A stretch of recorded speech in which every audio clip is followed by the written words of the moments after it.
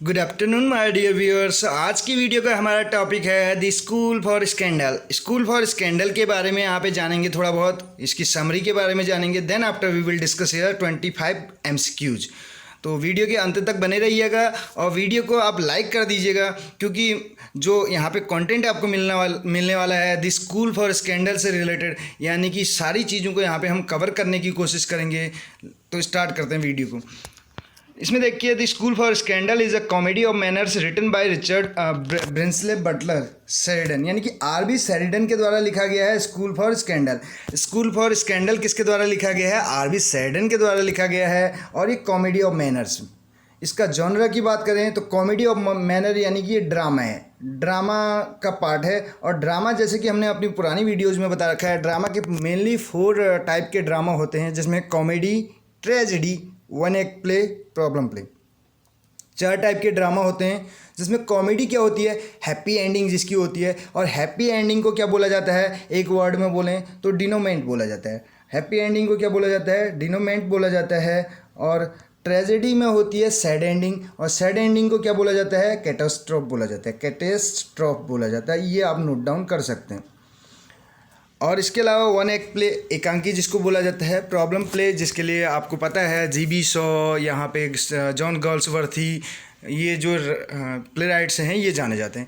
और problem play daily life पे based होते हैं और सोसाइटी पे बेस्ड होते हैं, जिनको अधिकतर अगर बात करूं तो जिनके लिए बहुत फेमस हैं जॉन गॉल्सवर्थी, आपने उनका नाम सुना होगा। तो आगे बढ़ते हैं यहाँ पर। स्कूल फॉर स्कैंडल जो है कॉमेडी ऑफ मैनर्स, ये लिखा गया है रिटन बाय रिचर्ड ब्रिंसली बटलर के द्वारा। और इनके अगर लाइफ स्पैन की बात करें, आरबी शेरिडन का जन्म जो हुआ था 30 अक्टूबर 1751 में इनका जन्म हुआ था। 30 अक्टूबर 1751 में इनका जन्म हुआ था। And he was died on 7 जुलाई 1816। तो 7 जुलाई 1816 में इनकी डेथ हो जाती है। तो इनके लाइफ स्पैन की बात करें तो 1751 से लेकर 1816। तो 1751 से रिलेटेड कौन सा एक फेमस वर्क है जो आप बताएंगे हमें? तो एक एलिजी है, आपको हिंट यहाँ पे दे रहे हैं हम। इसी बहाने कम से कम आप इतना सर्च करेंगे, अगर आपको पता है तब तो अच्छी बात है। और ये आरबी शेरिडन जो है एंग्लो आयरिश प्ले राइट हैं और इसके अलावा राइटर हैं। और बात करें, अगर इस प्ले की बात करें स्कूल फॉर स्कैंडल की, वॉज फर्स्ट परफॉर्म्ड, ये पहली बार परफॉर्म हुआ लंदन के ड्रूरी लेन थिएटर में। लंदन के ड्रूरी लेन थिएटर में पहली बार पब्लिश हुआ। कब हुआ? 8 मई 1777, 1777 में। अब बात करें जो आरबी शेरिडन है, ये कौन सी एज से बिलोंग करते हैं, ये बहुत से उनका क्वेश्चन होगा इसके बाद व्यूअर्स का। तो आरबी शेरिडन की बात करें तो आरबी शेरिडन जो है आप देख सकते हैं 1751 से 1816। अगर हम टाइम पीरियड की बात करें तो 1660 से लेके 1700 तक जो है कॉमेडी ऑफ मैनर्स, यानी कि उस दौरान जो जॉनरा था वो फेमस था रेस्टोरेशन एज में। तो जो आप विकीपीडिया में सर्च करेंगे तो आरबी शेरिडन को रेस्टोरेशन पीरियड से यहाँ पे दिखाएगा।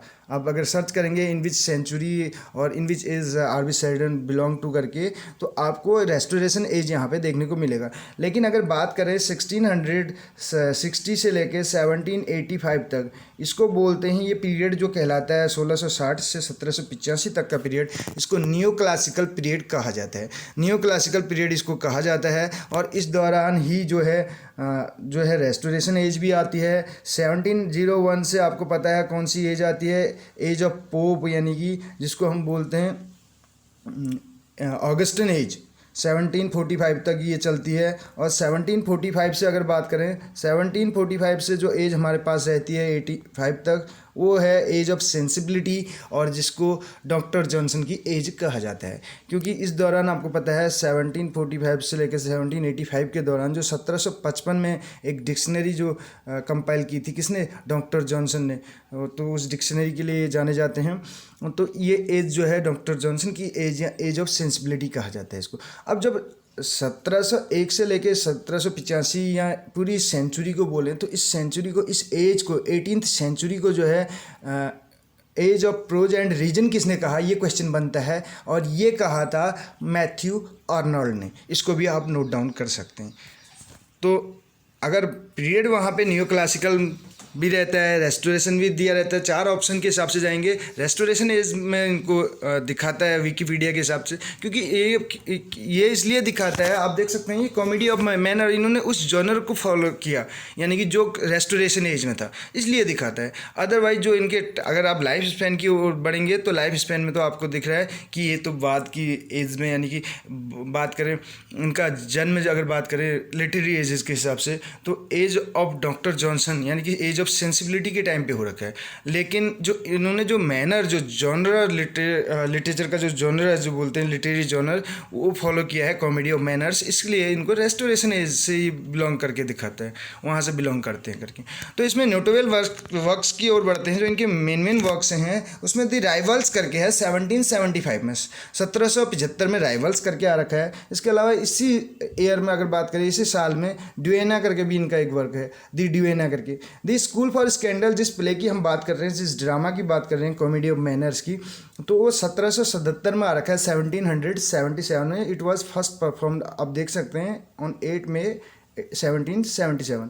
और इसके अलावा एक इनका वर्क है, आप देख सकते हैं, पिजारो करके है, जो कि हिस्टोरिकल ट्रेजेडी है, 1799 में आई है। 1799 आप इसको कैसे याद कर सकते हैं, 1798 में जो है लिरिकल बैलेट का पब्लिकेशन ईयर है, जो कि कोलेबोरेशन में विलियम वर्ड्सवर्थ और कॉलेज का था। तो उसके एक साल बाद जो है इनका पिजारो करके एक हिस्टोरिकल ट्रेजेडी यहाँ पे देखने को मिल रहा है। तो ये थे इनके कुछ मेन वर्क्स। और अब बात करते हैं स्कूल फॉर स्कैंडल में जो कैरेक्टर्स हैं वो कौन कौन हैं। सर पीटर टीजल करके हैं, लेडी टीजल हैं, सर ओलिवर सरफेस हैं, जॉन सरफेस हैं, चार्ल्स सरफेस हैं, और जोसेफ सरफेस और चार्ल्स सरफेस हैं, मारिया और लेडी स्नीयरवेल हैं। इसके अलावा सर बेंजामिन बैकबाइट हैं, सर हैरी बम्पर हैं, केयरलेस हैं, रॉले हैं, स्नेक, ट्रिप, मिसेस कैंडोर, क्रैपट्री और मोजेस। ये हैं मेन कैरेक्टर्स। अब अगर यहाँ पे बात करें तो जो जोसेफ और चार्ल्स थे, ये क्या थे, अगर इसमें हमें जो यहाँ पे मिल रहा है जोसेफ सरफेस और चार्ल्स सरफेस, ये ब्रदर्स थे, 2 भाई थे, देवर ब्रदर्स, यानी कि ये दोनों भाई थे। और इसके अलावा जो सरफेस और दिख रहे हैं यहाँ पे तीसरे, बात करें ओलिवर सरफेस, ये इनके रिच अंकल थे, जो कि हम अभी इसी प्ले में आगे यहाँ पे डिस्कस करेंगे क्वेश्चन आंसर के माध्यम से। देखिए प्ले के बारे में कुछ और यहाँ पे इंपॉर्टेंट पॉइंट्स हैं। द प्ले एंड्स विद, अब प्ले जो है समाप्त कैसे होता है, एन इंगेजमेंट बिटवीन, तो एक इंगेजमेंट के साथ जो है प्ले का समापन होता है। इंगेजमेंट किसकी, engagement between Maria and Charles, Maria and Charles की इंगेजमेंट के साथ ही जो है ये प्ले समाप्त होता है। समरी अगर इसकी बात करें शॉर्ट में, हमने यहाँ पे लिखने की कोशिश कर रखी है, जिससे कि आपको बहुत हेल्प मिलेगी इस स्टोरी को समझने में। अगर आपने ऑलरेडी पढ़ रखी है तब तो और भी बढ़िया है।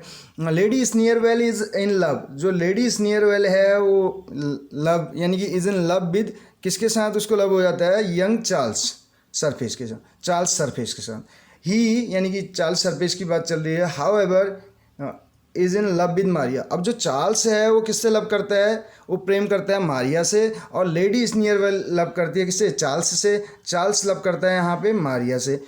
अब बात करें एज हिज ब्रदर जोसेफ, और यानी कि चार्ल्स और जोसेफ जो हैं दोनों भाई किससे प्रेम करते हैं यहाँ पे, मारिया से।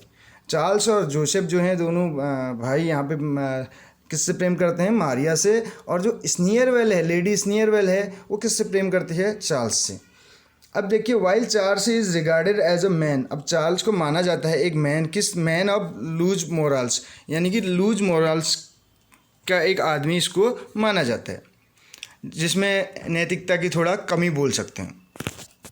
हुज लेविस हैबिट्स, जिसकी लेविस हैबिट्स यानी कि जो उसकी लेविस हैबिट्स हैं, आदतें हैं, वो क्या करती हैं, have led to financial ruin, उसकी कुछ ऐसी गंदी आदतें हैं जिनकी वजह से उसको फाइनेंशियल रूइन यानी कि कहीं ना कहीं उसका जो अपना जो आर्थिक स्थिति है, आर्थिक बर्बादी की ओर उसको ले जाता है। रूइन का मतलब है Joseph is held to be more upright, Joseph क्या है, मोर अपराइट है और रिस्पॉन्सिबल है, किसकी तुलना में, चार्ल्स की तुलना में। चार्ल्स थोड़ा सा मतलब उसको क्या माना जाता है, ये देख सकते हैं, मैन ऑफ लूज मोरल्स। तो ऐसे भी क्वेश्चन बन सकता है, who is man of loose morals in the school for scandal, तो चार्ल्स।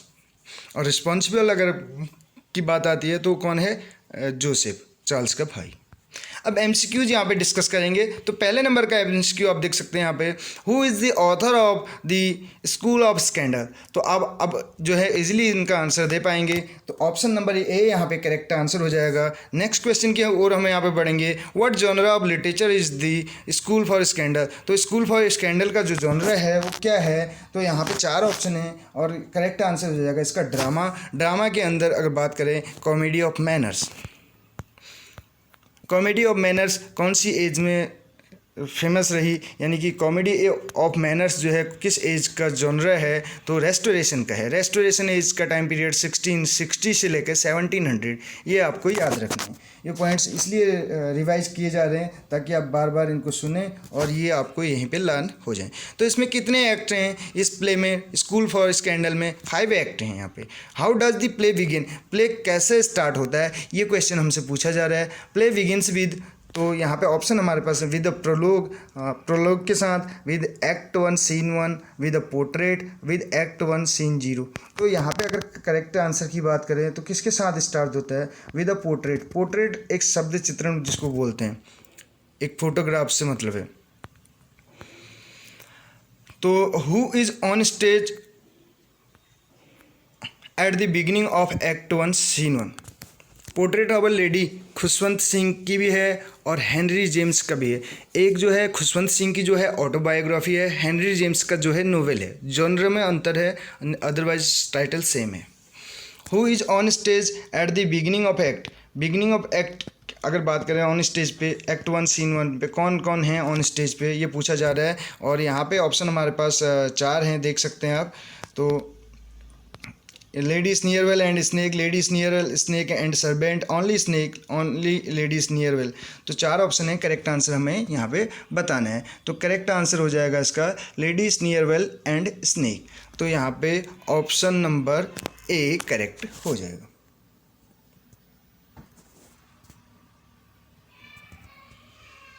नेक्स्ट क्वेश्चन की ओर बढ़ेंगे यहाँ पर, why does Lady Sneerwell spread rumour about others. जो लेडीज़ नियरवेल है वो क्यों र्यूमर, अफवाह फैलाती है अदर्स के बारे में, अन्य के बारे में।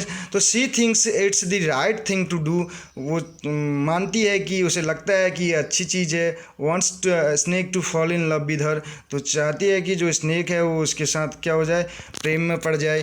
हर रेपुटेशन वॉज रुइंड, उसकी रेपुटेशन जो है बर्बाद हो गई थी, उसकी अपनी एक जो छवि थी। व्हेन शी वॉज यंगर, जब वो यंग थी। She was raised without a mother, वो पली बड़ी थी बिना माता की। तो 4 ऑप्शन यहाँ पे हैं और करेक्ट आंसर हमें बताना है। तो यहाँ पे इसका करेक्ट आंसर हो जाएगा option number C, her reputation was ruined when she was younger.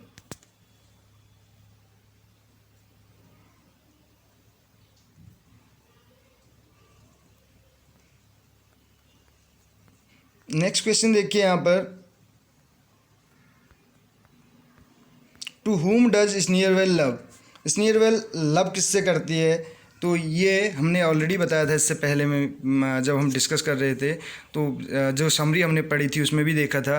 तो स्नीयरवेल जो लव करती है वो चार्ल्स से करती है, और चार्ल्स जो लव करते हैं किससे करते हैं, आगे क्वेश्चन है देखिए, हुम डज जोसेफ लव। जोसेफ किससे प्रेम करता है, जोसेफ मारिया से प्रेम करता है। और इसके अलावा चार्ल्स किससे प्रेम करता है, ये पूछा जा रहा है। चार्ल्स किससे लव करता है, तो यहाँ पे ऑप्शन जो है हमारे पास 4 हैं। तो इसका आंसर हो जाएगा डी, मारिया। यानी कि चार्ल्स भी मारिया से लव करता है, उसका भाई जोसेफ भी इससे करता है, और जो स्नीयरवेल है वो चार्ल्स से करती है।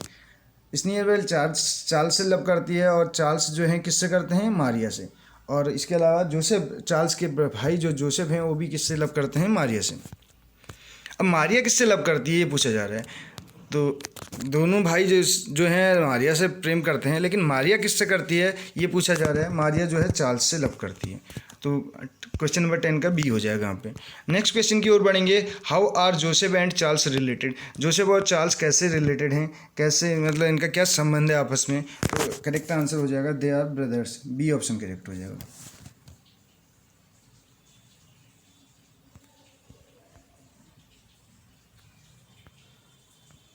नेक्स्ट क्वेश्चन की ओर बढ़े यहाँ पर, what is Charles and Joseph's last name? Charles और जोसेफ का जो लास्ट नेम है, यानी कि जिसको सर नेम बोला जाता है, वो क्या है, ये पूछा जा रहा है यहाँ पे क्वेश्चन नंबर 12 में। तो इन दोनों का सर नेम जो है वो सरफेस है। ए ऑप्शन करेक्ट हो जाएगा। Charles surface, Joseph surface and एक और इनके अंकल हैं जिनके बारे में हमने डिस्कस किया था। तो जैसे कि हमें यहाँ स्टार्टिंग में आप देख सकते हैं सरफेस करके, तो Joseph surface, Charles surface, sir Oliver surface के बारे में भी बात होगी यहाँ पर। तो नेक्स्ट क्वेश्चन में हम जाएंगे। यहाँ पर नेक्स्ट क्वेश्चन हमारे पास है, यहाँ तक हम कर चुके थे, दोनों का लास्ट नेम क्या है, सरफेस है। क्वेश्चन नंबर 13 है, how is Peter related to Maria? Peter का क्या संबंध है मारिया से, ये पूछा जा रहा है क्वेश्चन नंबर 13 में। तो ये हमें बताना है। तो वो क्या है, सी इज़ हिज वार्ड। तो जो मारिया है, how is sir Peter related to Maria?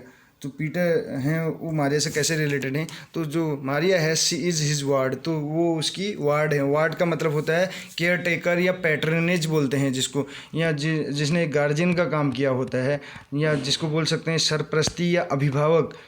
तो यहाँ पे ऑप्शन नंबर सी करेक्ट हो जाएगा। With whom does Lady स्नीयरवेल plot?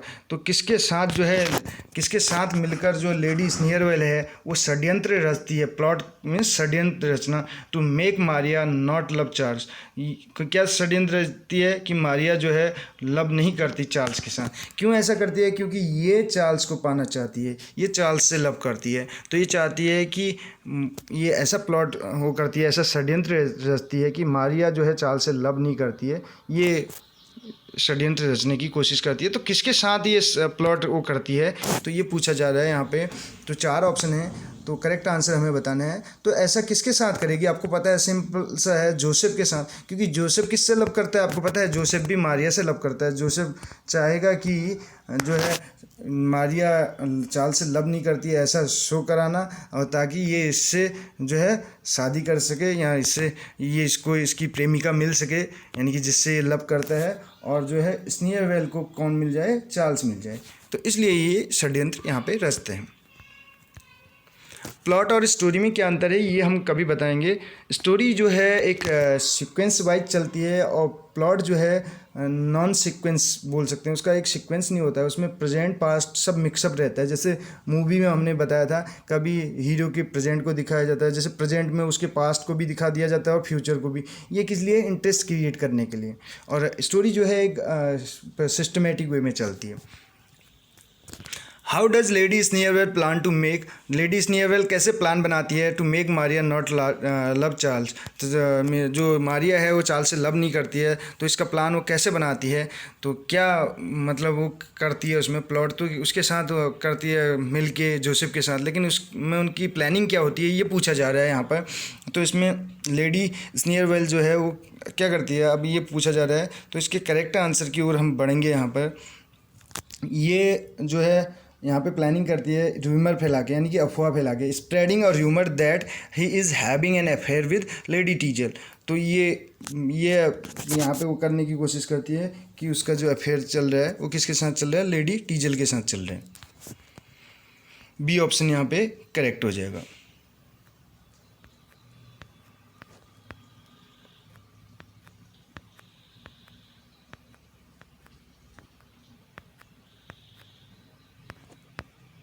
Next question देख सकते हैं यहाँ पर, question number 16, who follows Maria to Lady Sneerwell's house? तो कौन फॉलो करता है मारिया को लेडी स्नीयरवेल के घर तक? तो ये पूछा जा रहा है यहाँ पर क्वेश्चन नंबर 16 में। और तो यहाँ पे अगर करेक्ट आंसर की बात हम करें तो बेंजामिन बैकबाइट और क्रैबट्री, यानी कि ऑप्शन नंबर डी यहाँ पे करेक्ट हो जाएगा। Benjamin Backbite and Crabtree. Next question है, who is Sir Oliver? Sir Oliver कौन है, ये पूछा जा रहा है। तो ओलिवर कौन है सर, ये पूछा हमसे जा रहा है इस क्वेश्चन में। लेडी स्नीयरवेल्स एक्स हस्बैंड, तो इनके एक्स हस्बैंड हैं। मारिया रियल फादर, मारिया के रियल फादर हैं। Joseph Charles rich uncle. तो यहाँ पे करेक्ट आंसर की ओर हम बढ़ेंगे। तो ऑप्शन नंबर सी जो है, सर ओलिवर जो हैं जोसेफ एंड चार्ल्स के रिच अंकल हैं। ये जो चार्ल्स सरफेस, जोसेफ सरफेस और सर ओलिवर सरफेस हैं। चार्ल्स और जोसेफ जो हैं ब्रदर हैं, और जो सर ओलिवर सरफेस हैं उनके रिच अंकल हैं। Next question, where has sir Oliver been travelling, कहाँ ट्रेवल कर रहे हैं? तो करेक्ट आंसर की ओर बढ़ेंगे, ईस्ट इंडीज की ओर ट्रेवल कर रहे हैं। What problem does Sir Peter have not with his wife, तो सर पीटर को अपनी वाइफ से प्रॉब्लम नहीं है, कौन सी प्रॉब्लम नहीं है, यानी कि ये पूछा जा रहा है हमें कौन सी प्रॉब्लम उनको नहीं है अपनी वाइफ से।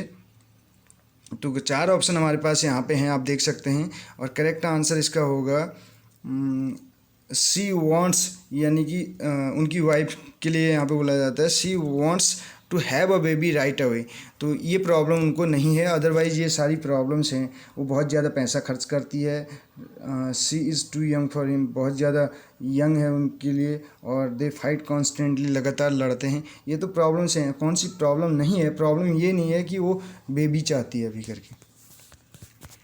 नेक्स्ट क्वेश्चन देखिए 20th नंबर का है, what problem does Sir Peter think, Peter क्या पीटर को कौन सी प्रॉब्लम ऐसी लगती है that sir Peter think sir Oliver will teach him for, sir Oliver जो है उसको उस चीज़ के लिए चिढ़ाएंगे।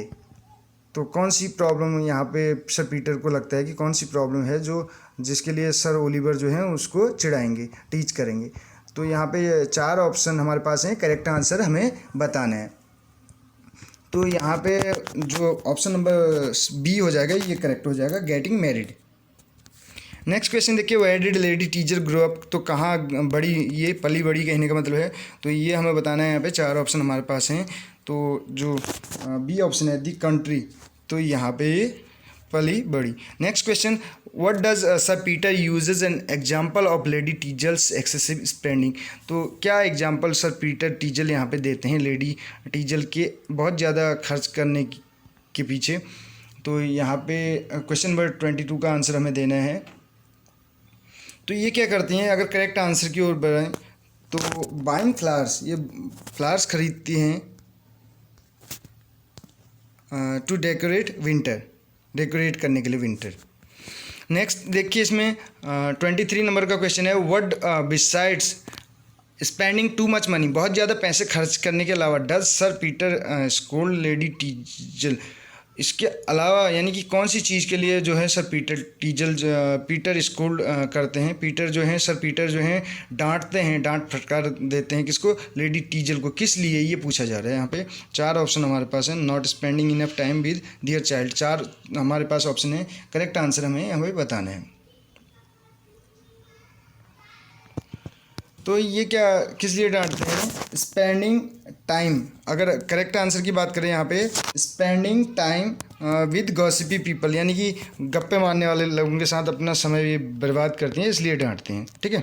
नेक्स्ट देखिए यहाँ पर क्वेश्चन नंबर 24 है, what does Sir Peter admit in a soliloquy after his wife leaves the stage, जब उनकी वाइफ उनको छोड़ के जाती है स्टेज पे, तो क्या पीटर जो है सर पीटर एडमिट करते हैं कौन सी सोलिलोक्वी?